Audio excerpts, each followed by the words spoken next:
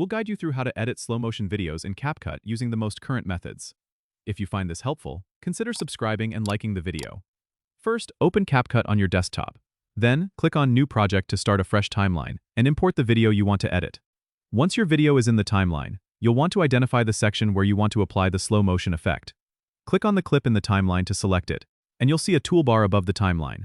Click on the speed icon, which looks like a little dashboard dial. This will open up the speed control panel. Here, you'll see two options, normal and curve.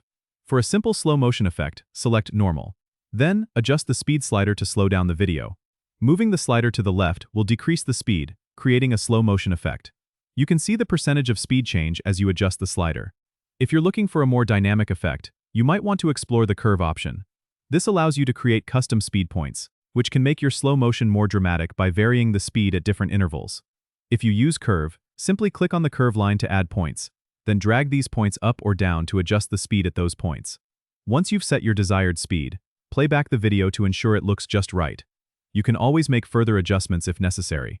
When you're satisfied, click on Export to save your edited video. Make sure to choose your preferred format and resolution. And that's it. Now you know how to add slow motion to your videos using CapCut. Don't forget to subscribe and comment if this helped you out.